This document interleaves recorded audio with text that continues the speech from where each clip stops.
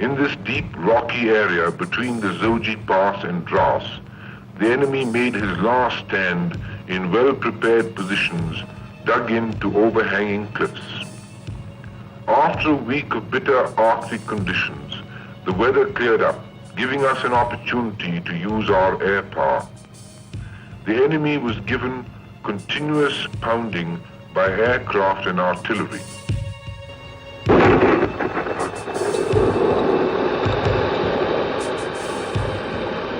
Finally, on the night of the 14th, 15th November, a two-pronged attack was made on his positions, preceded by severe softening up by tanks and mountain guns.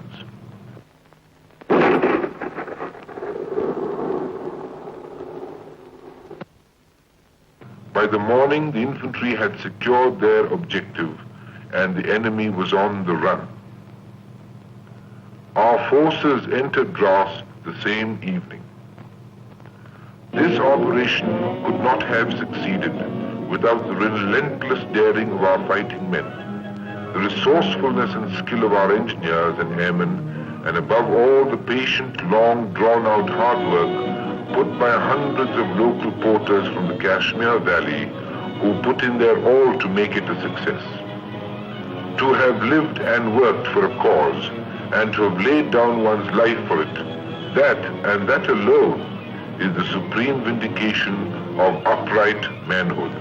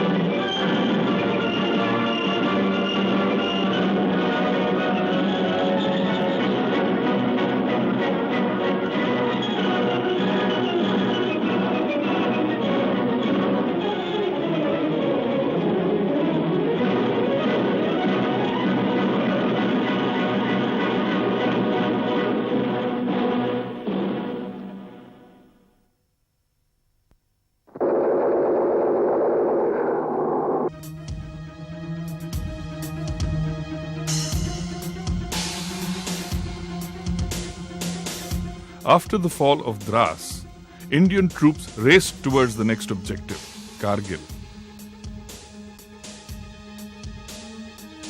The progress now was on foot, along the ancient Central Asian trade route. Not much more than a mule track. There was no motor road. In fact, this was to be built in the following 10 years.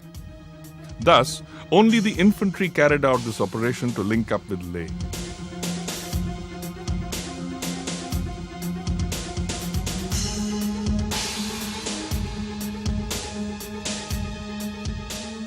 Kargil was captured on the 23rd, 24th of November, and large numbers of its Muslim inhabitants, earlier misguided by Pakistani propaganda, but now thoroughly disillusioned by their rapacity, joyously welcomed the Indian troops.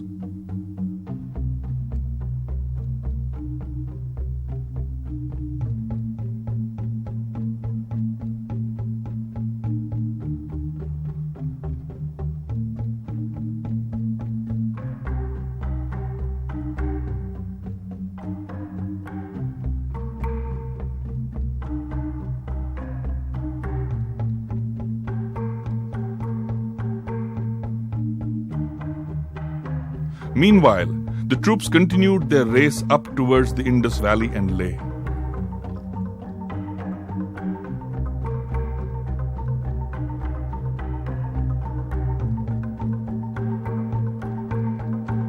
They passed through places made famous by legendary travelers of yore like Marco Polo and Sven Hedin.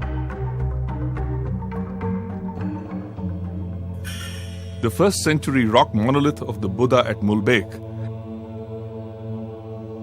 and finally, on to Lama Yuru, 1,000-year-old seat of the Red Hat Lamas.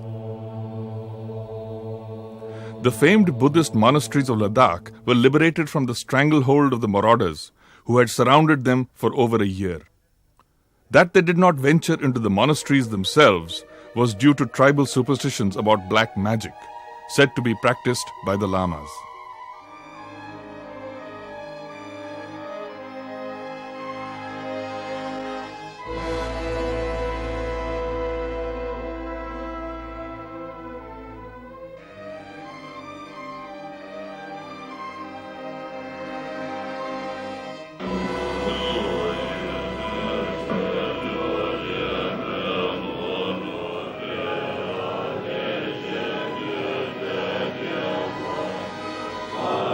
The ancient seat of Buddhist learning, Likhir, was liberated on the 26th of November and Phiang on the 28th.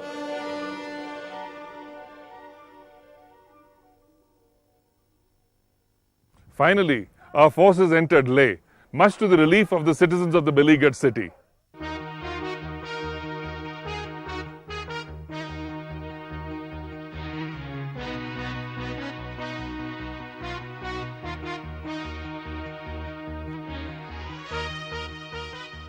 Once again, peace prevailed in this exotic land, and the chants of the lamas resounded in the mountains.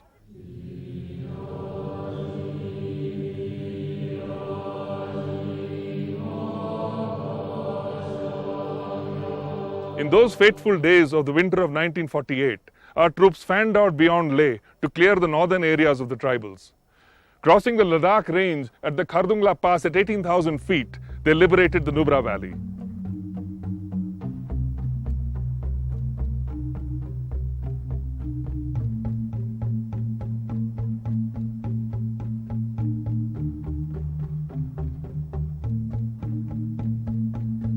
Tribals and Pakistani raiders who had been creeping up the Shyok Valley from their base at Skardu were repulsed, and our troops crossed the Great Karakoram at Saser Pass.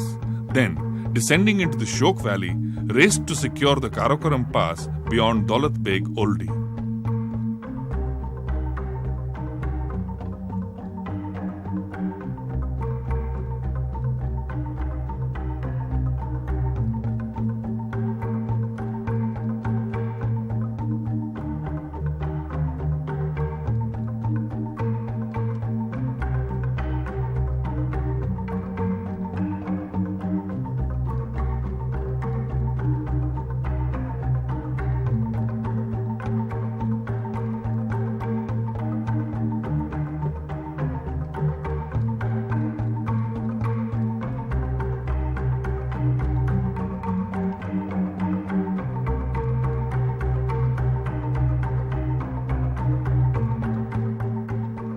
Thus, the old frontier of Jammu and Kashmir state had been reached.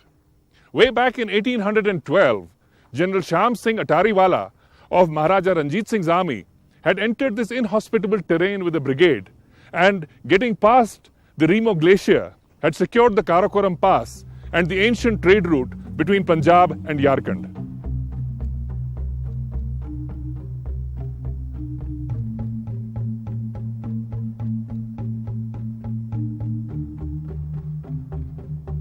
Further to the east lay the wasteland of Aksai Chin, and with its northern approaches at the Kyun Lun range was part of the Jammu and Kashmir state.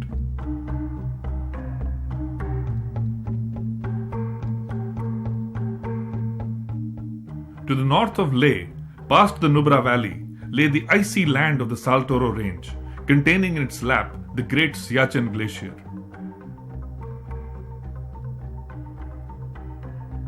When the ceasefire of the 1st of January 1949 came into effect, the line of control was established on the crest of the Saltoro range, up towards the headwaters of the Siachen Glacier, and then, at Siala, turned east to join the Karakoram range at the Karakoram Pass.